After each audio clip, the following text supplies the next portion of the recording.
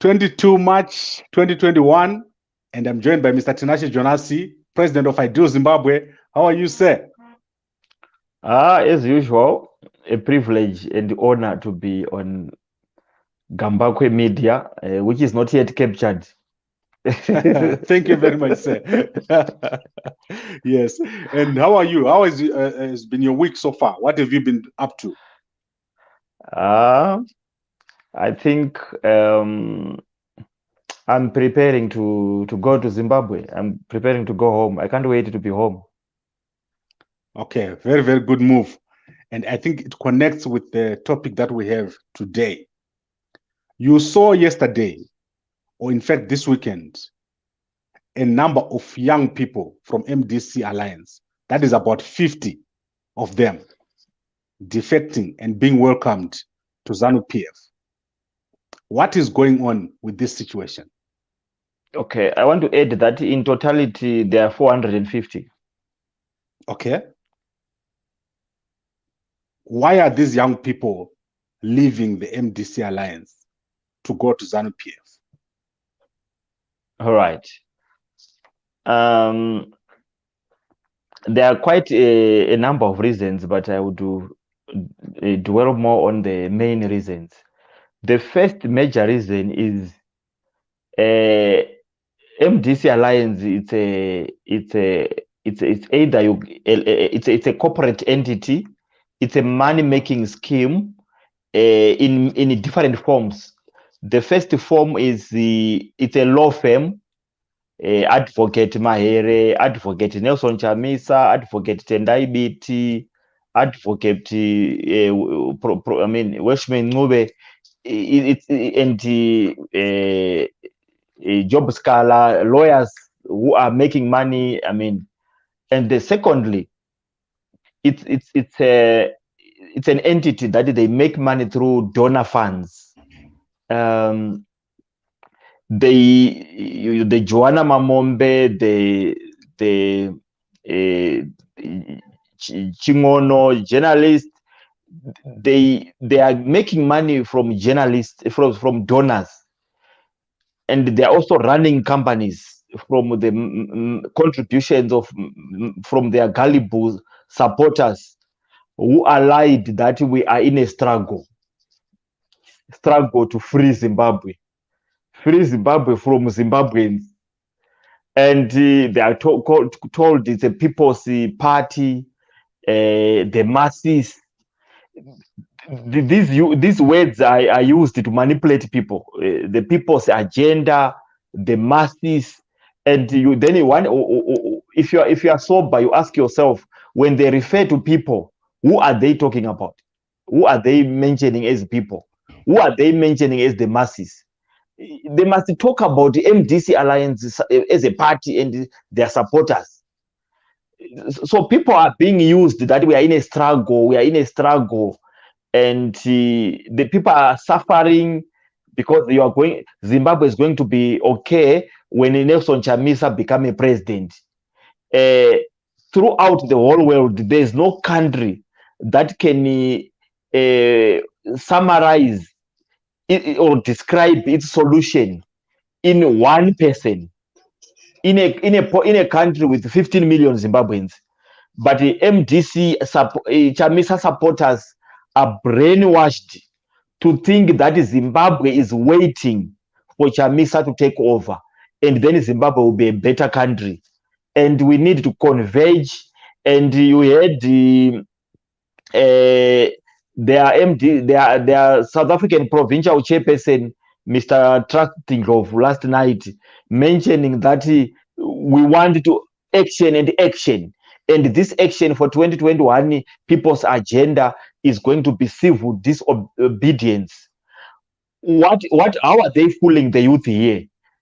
Anyone who supports Zanu-PF, anyone who voted for ED to be in power, they are disregarding those people, because they want to do civil disobedience and take over power. Meaning, according to MDC Alliance, anyone who is not part of their party is not referred to as people, is not referred to as a Zimbabwean. So they condemn anyone who is not into their party structures or membership must be disappointed.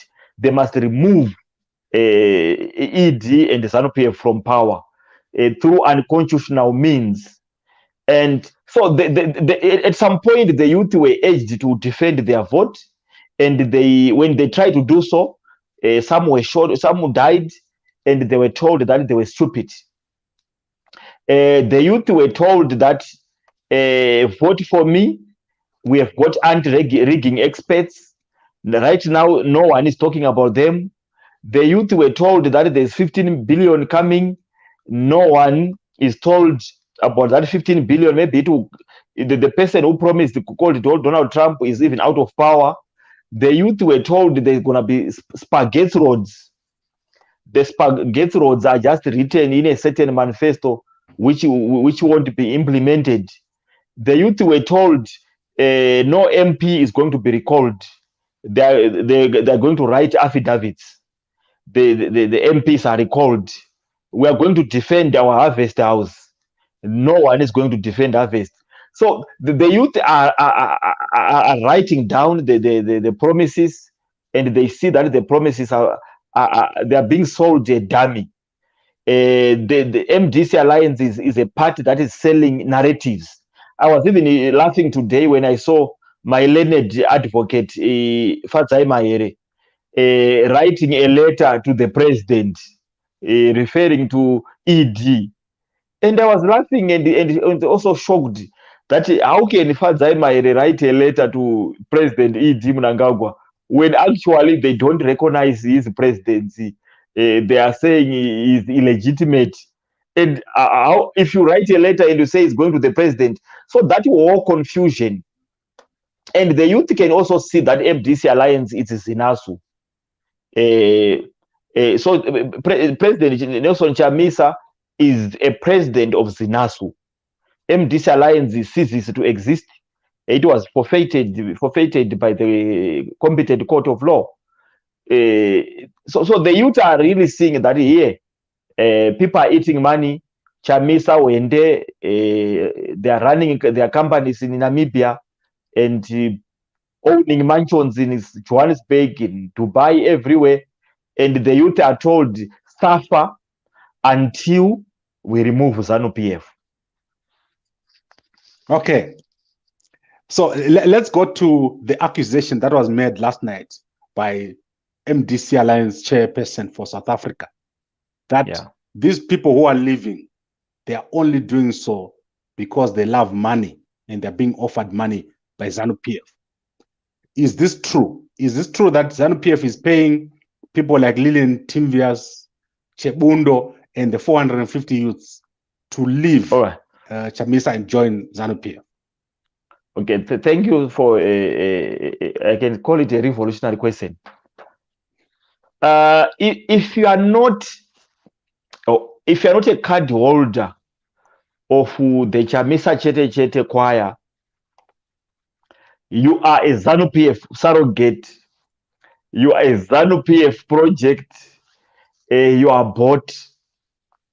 If you want, ask those people to produce bank statements, eco cash, proof.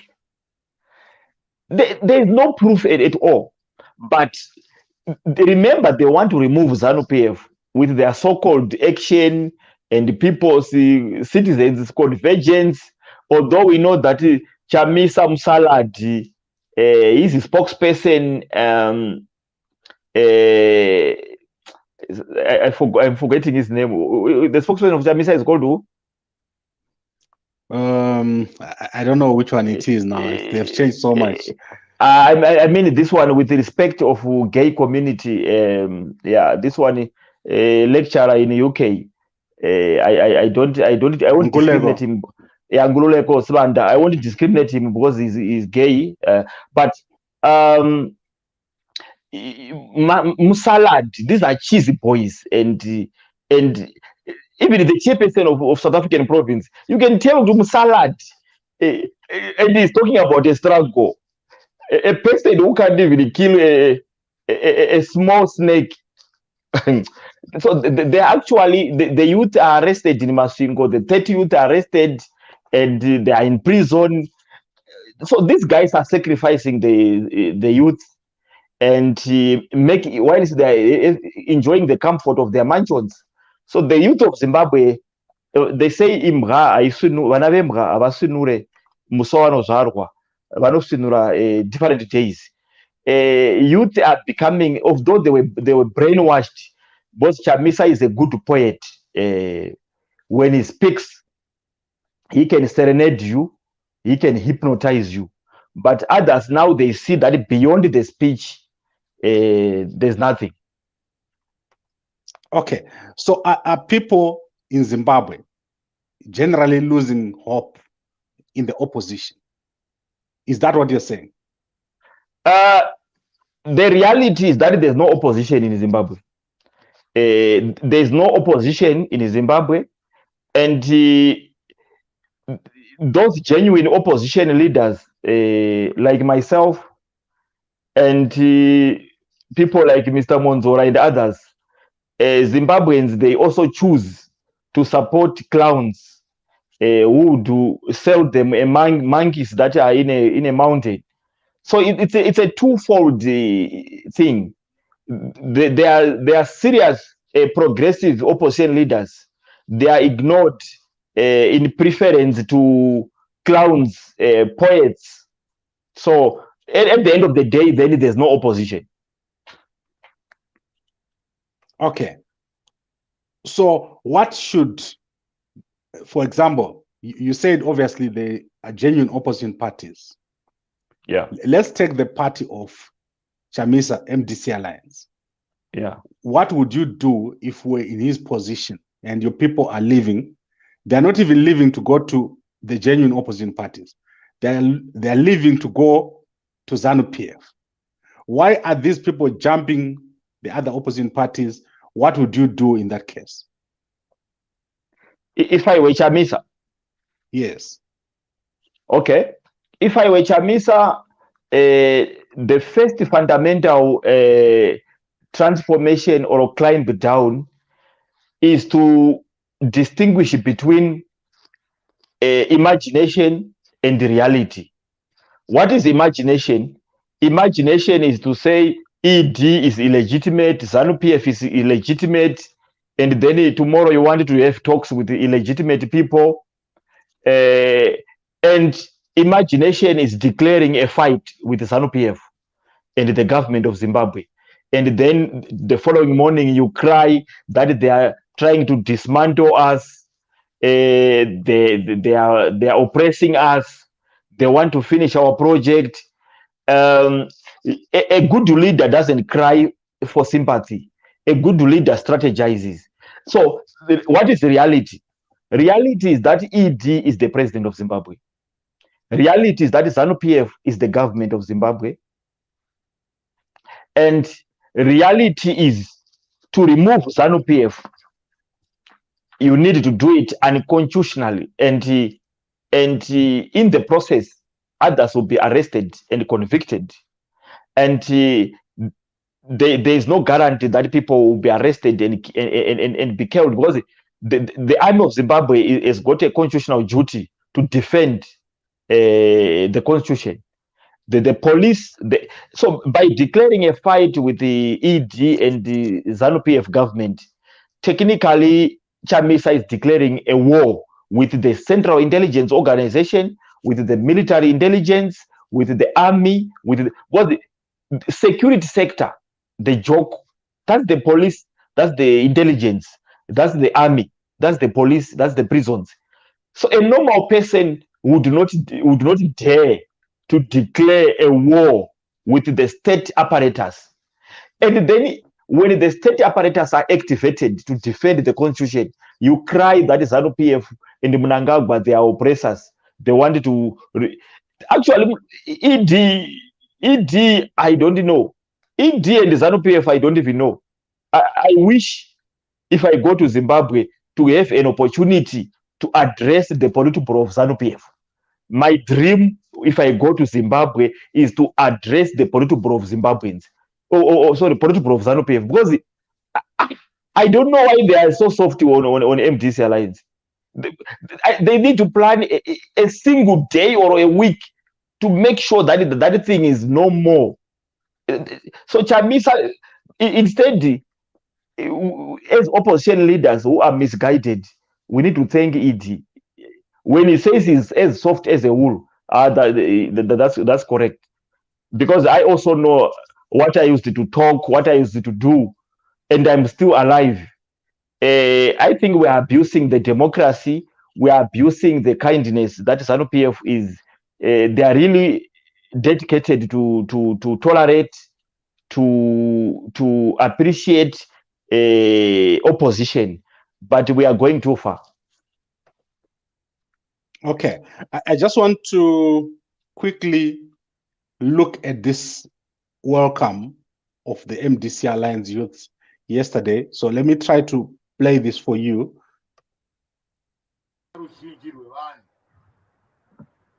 Zanu-PF party in discipline.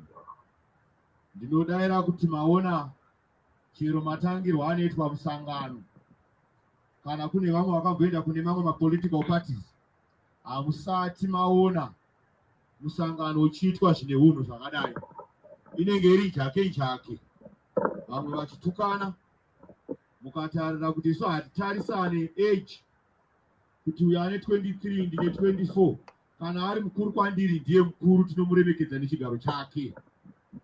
Ufunga maona ndichikutaura kuti tine mukuru wedu pano political komsava yakuzotitsigira, asi mukavatarisa ndikamidzana avapa havapfupi zvekuti havasvike kana pahafu pangu.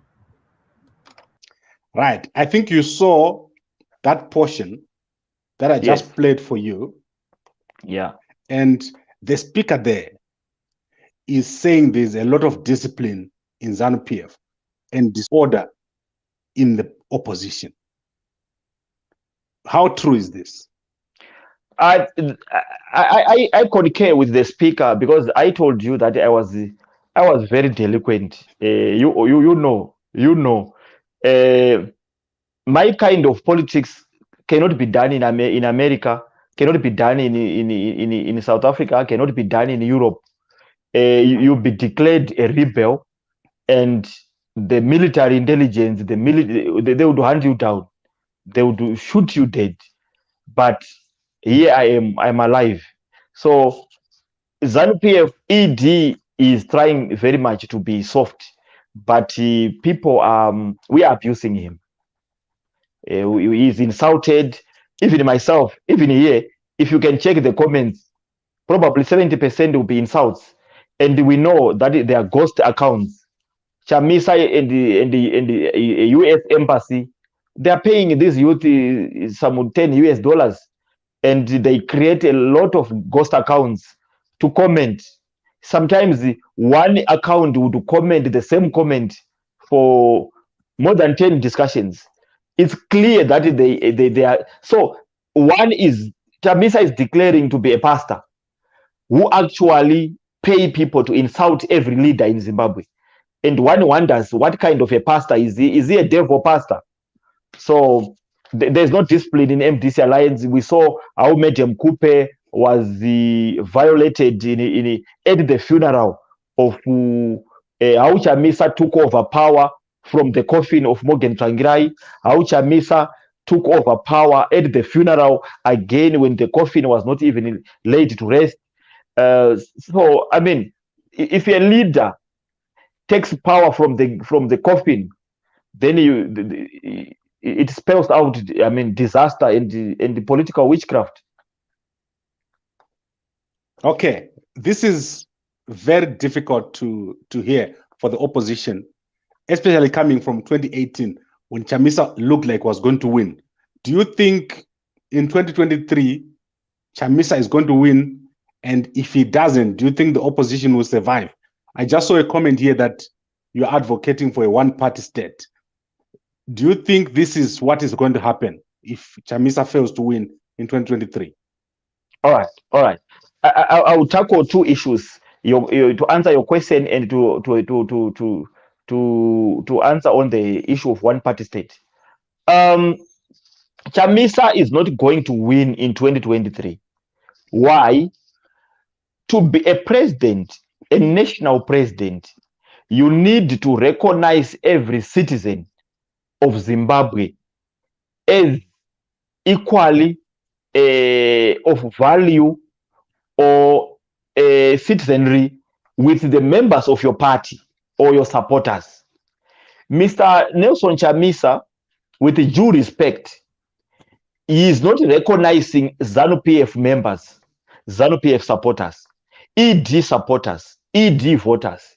He wants to remove ED and Zanu-PF out of power, disregarding all the people who are supporters of Zanu-PF. Every opposition member or supporter outside the MDC Alliance, they are surrogates. They are Zanu-PF projects. They are paid money. And those who are going to join Zanu-PF, they are also going there because they are paid money. So in his vocabulary, a Zimbabwean is a person who is a Chamisa Chete Chete choir member, a brainwashed. So he is a county leader, yet as a president, a presidential candidate, you can even get votes from Zanu-PF. There are people in Zanu-PF who can vote even a councillor or a member of parliament from Zanu-PF. Probably they can even vote Mr. Chamisa as a presidential candidate. That is possible. Bora Musango happens in opposition, happens in the ruling party. But Mr. Chamisa is dismissing every Zanu-PF members as like they're non-existent. He's playing politics of divide and rule. Then MDC Alliance members only can put him into power. So when ANC 1994 won power in South Africa, it had only 87,000 card-carrying members. It has been proven all over the world that sometimes the majority of voters are people who are not even a political party card-carrying members. But Mr. Chamisa is dividing the nation. So a leader must be a unifier. So okay. 2020. So you're saying he's not going to win because he's not unifying or attracting both the Zanu-PF and MDC supporters. Okay, not really attracting. He is dismissing. Every Zanu-PF member is being dismissed. Every other opposition member who is not in MDC Alliance is a surrogate, or he is already using derogatory terms. What if ED at some point was going to make up his mind and say, maybe I'm retiring from active politics, and maybe I'm going to appoint Nelson Chamisa as my vice president, or Nelson Chamisa to take over the presidency? But he's already calling Mnangagwa a terrorist, an oppressor. So he's dismissing that one day the president might even wake up and say, hey, my young brother, what are you doing? Maybe it's my birthday. Can you come to State House? Bring me a present. He is dismissing all that. Even the people around the president, his advisors, the spokesperson, Comrade George Charamba, let me say it's a birthday of Nelson Chamisa, and they want to drive to Chamisa's place or offices to offer to give him a present. They are not free. What would be the president think of them? Was Chamisa is declaring enmity. Then in that way he is shutting off votes. Chamisa is gone. 2023 is out, and Chamisa's political career is gone. Okay, I think at that very interesting and conclusive point, and then I wanted to touch on the issue of one-party state. Yes. A true Zimbabwean citizen must love his country and progress first than power. Of course, I'm a politician. if I'm a politician, obviously I'm ambitious. One day I would want to be a president of Zimbabwe. But my political ambition and desire must not override the progress of the country. If ED right now or Zanu-PF government build a dam in Zimbabwe, that dam is going to benefit me. Even now they are renovating, they are constructing the Beit Bridge Chirund Road. That road is going to, I'm going to use it, and my family, my friends, and other Zimbabweans. So why then would I say ED must be removed now? So what I'm trying to say is, politics in Zimbabwe is anti-progressive. We are fighting for political power. We are not complementing each other.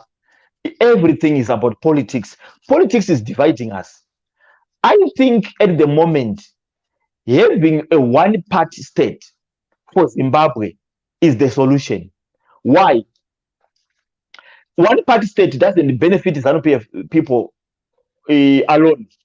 One-party state would benefit all Zimbabweans. Why? Let me start with opposition.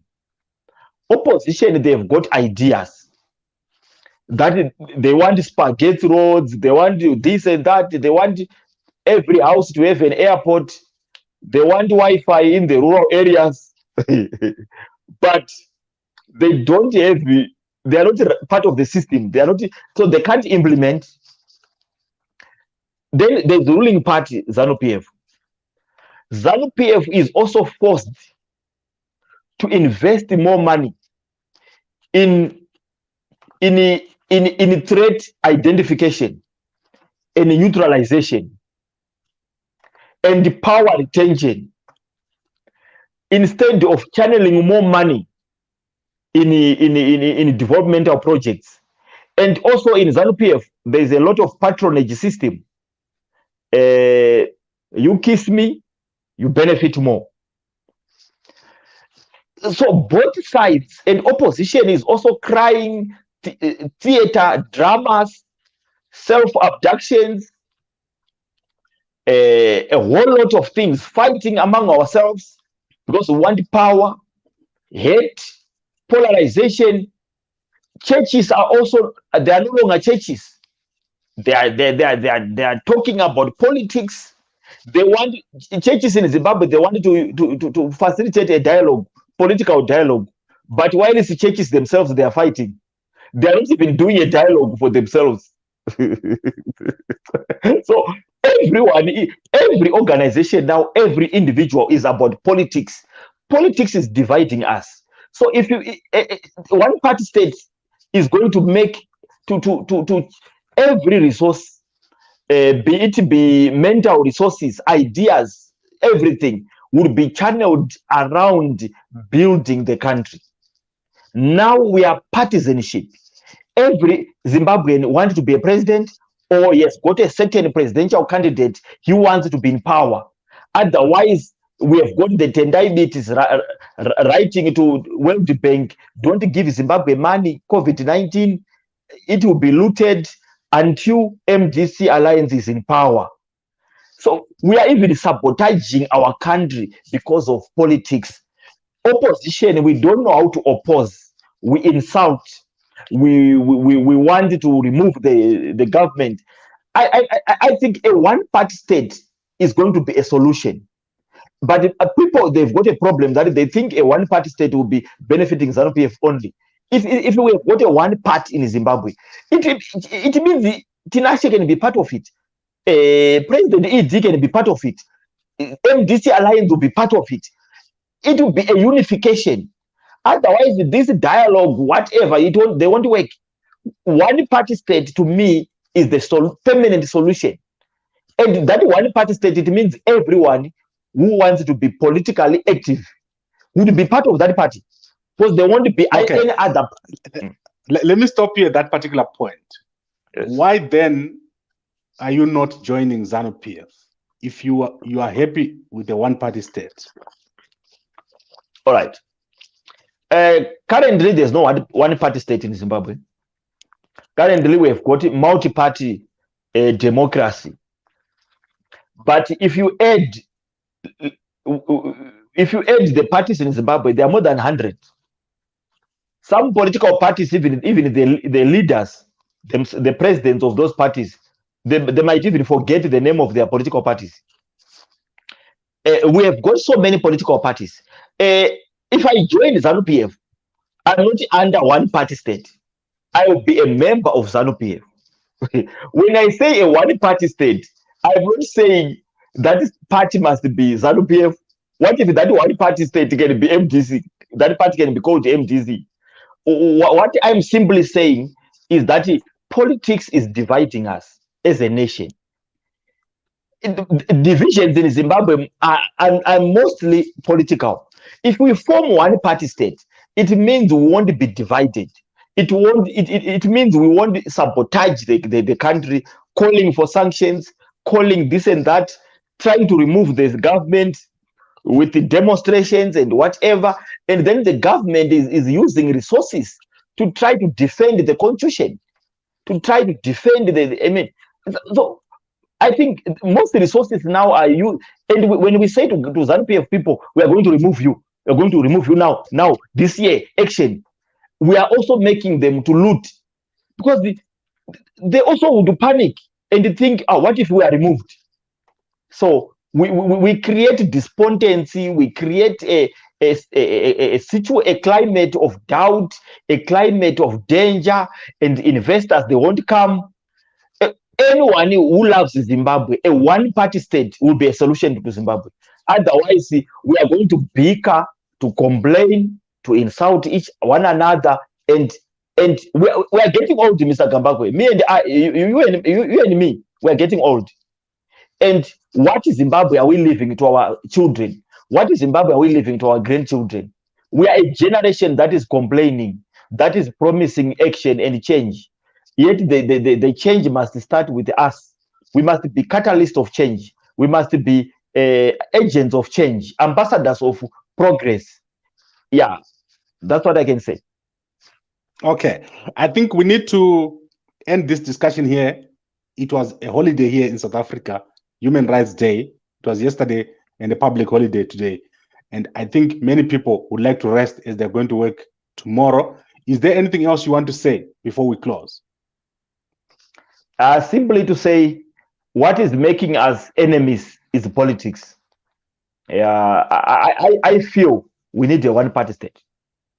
No, not a one-party state that is done through, that is enforced through the army or anything. A one-party state that we agree as Zimbabweans, because no one is to me, no one is a winner in the current situation. No one is a winner. Everyone is a loser. We are embarrassed. What we do, we compete to go outside the country on SABC. We compete to be, we are proud to be on SABC, we are proud to be on BBC, we are proud to be on Al Jazeera, talking rubbish about nonsense about our country. We are not even proud to be on ZBC. We are not proud to be in Zimbabwe. We are not proud to engage one another. To me, it's a shame on us as Zimbabweans. Right, Mr. Tinashe Jonas, President of Ideal Zimbabwe, you are joining us every Monday, and I really enjoy talking to you. Thank you very much, sir, for joining us, and thank you for everyone who is watching on Facebook and YouTube. Thank you very much, Mr. Jonas. We'll see you again next week, and good night to everyone who is at home. Thank you so much, and good night.